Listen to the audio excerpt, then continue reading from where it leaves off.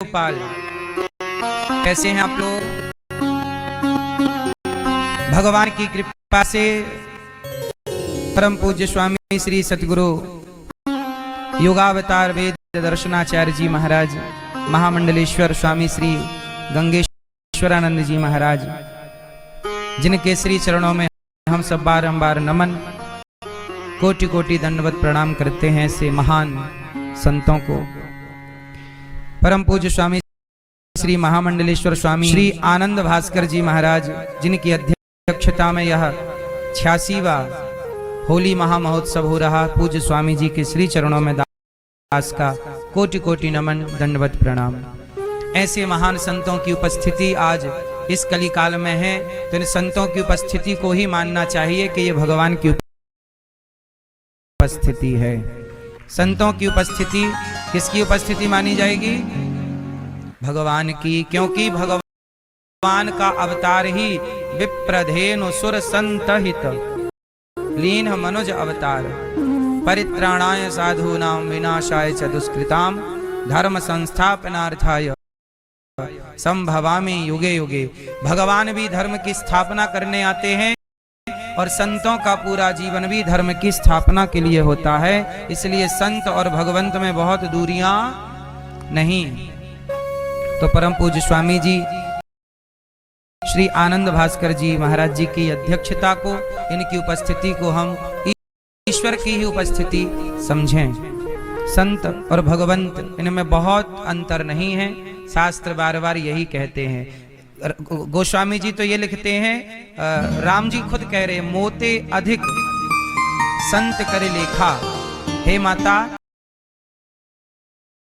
मेरे से ज्यादा जो संतों को मानता है वो भक्ति है ना।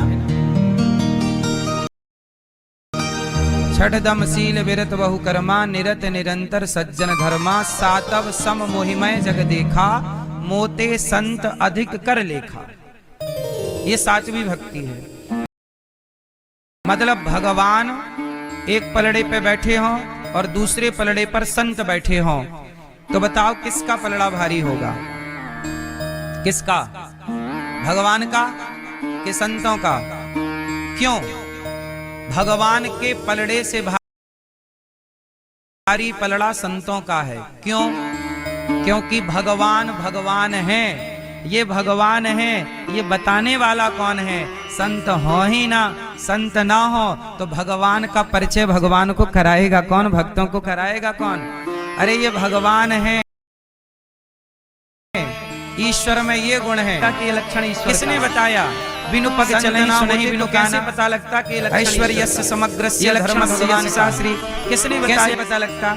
इसलिए तराजू के एक पलड़े पर भगवान को रखा जाए और दूसरे पलड़े पर संत को रखा जाए तो संत का पलड़ा भारी होगा। क्योंकि संत ना होते, कहते हैं ना कि जब भक्त नहीं होंगे भगवान कहाँ होगा। भगवान के भक्त ही ना हो, प्रहलाद ना होते, ध्रुव ना होते, नारद जी ना होते, हनुमान जी ना होते, शबरी ना होती, केवट ना होते, निषाद राज ना होते, जटायु ना होते, तो बताओ अर्जुन ना होते, तो बताओ भगवान को कौन जानता? किसे बताते?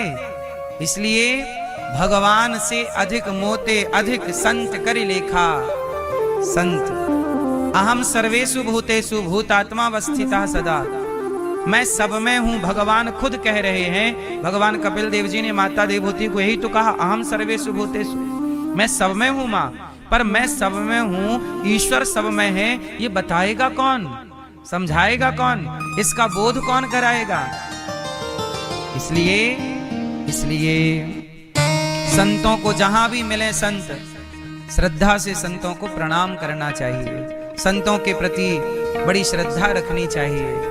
संत बड़े त्यागी, बड़े तपस्वी होते हैं। आज भी संत त्यागी और तपस्वी हैं। अब कोई ना देख पाए उनके त्याग, उनकी तपस्या को, तो वो हम क्या करें? लेकिन ये दास जानता है कि संतों का त्याग और तपस्या कितनी बड़ी है।